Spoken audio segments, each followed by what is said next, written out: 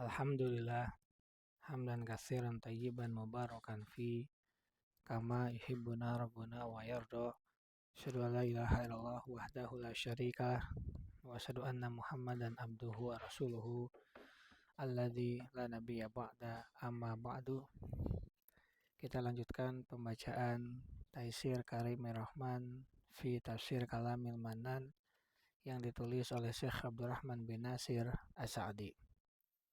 Masuk kita pada tafsir Quran surat Al-Anbiya ayat yang ke-26 sampai 29.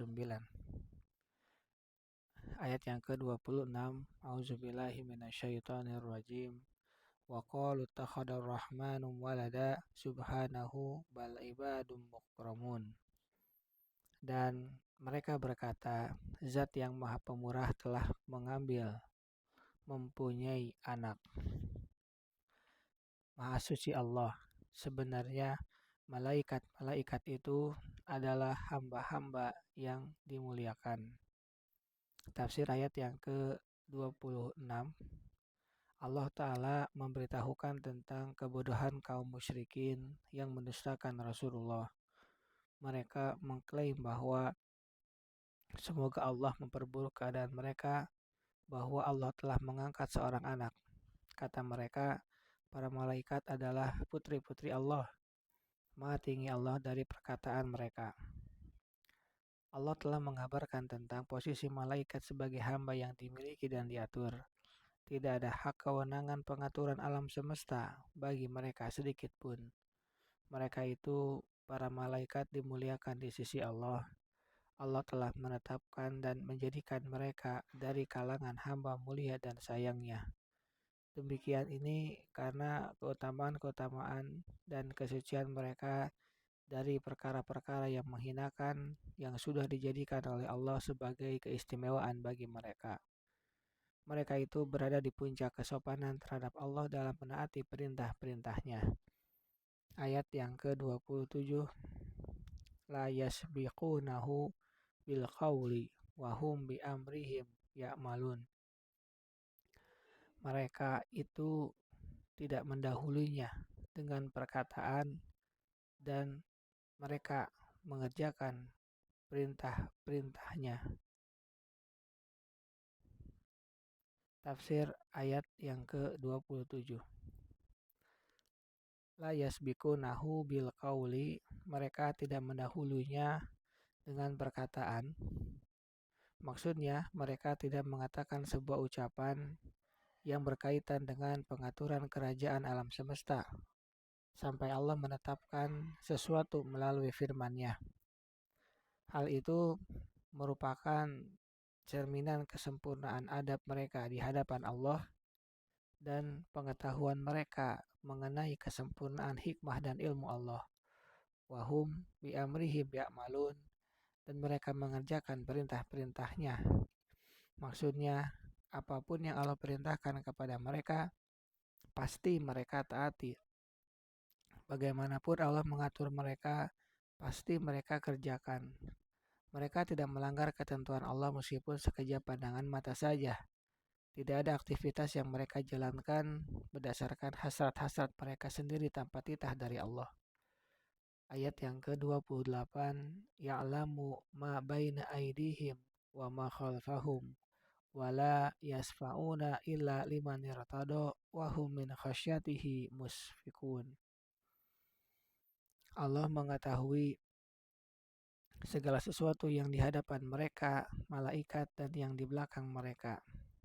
Dan mereka tidak memberi syafaat melainkan kepada orang-orang yang diridhoinya. Dan mereka itu selalu berhati-hati karena takut kepadanya.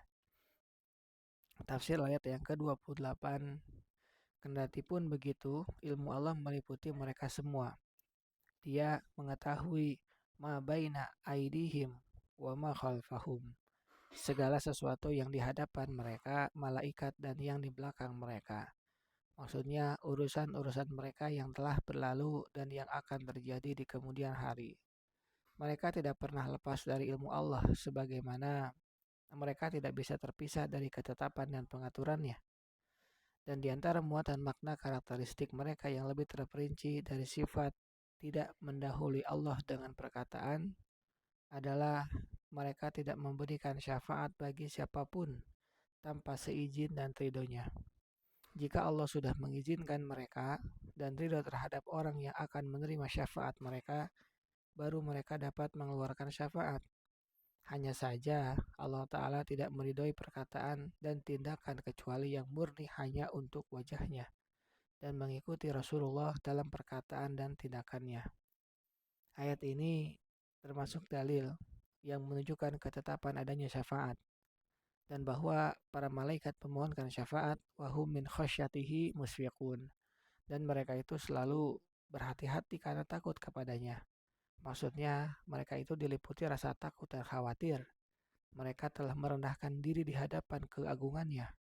Wajah-wajah mereka telah tertunduk kepada kemuliaan dan keindahannya. Ayat yang ke-29, wa ma yakul minhum inni ilahu min dunihi fadzalika nazi bi jahannam kadzalika nazi dzalimin.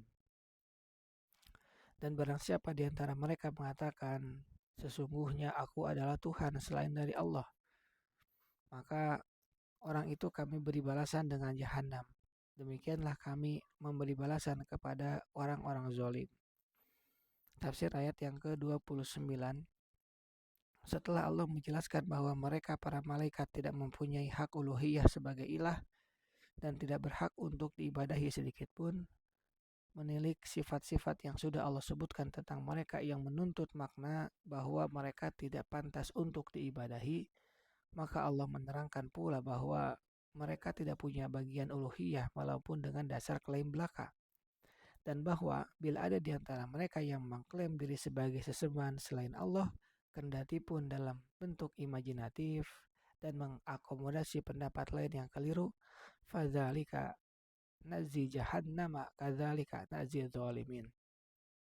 Maka orang itu kami beri balasan dengan jahanam. Demikianlah kami memberi balasan kepada orang-orang zalim. Apakah ada kezaliman yang lebih parah dari klaim seseorang makhluk yang lemah lagi membutuhkan bantuan Allah dalam segala aspek kehidupannya, yang mengaku-ngaku bersekutu dengan Allah dalam hak-hak istimewa ilahiyah dan rububiyah? Subhanaka Allahumma wa bihamdika asyhadu an la ilaha illa anta astaghfiruka wa atubu ilaik. Assalamualaikum warahmatullahi wabarakatuh.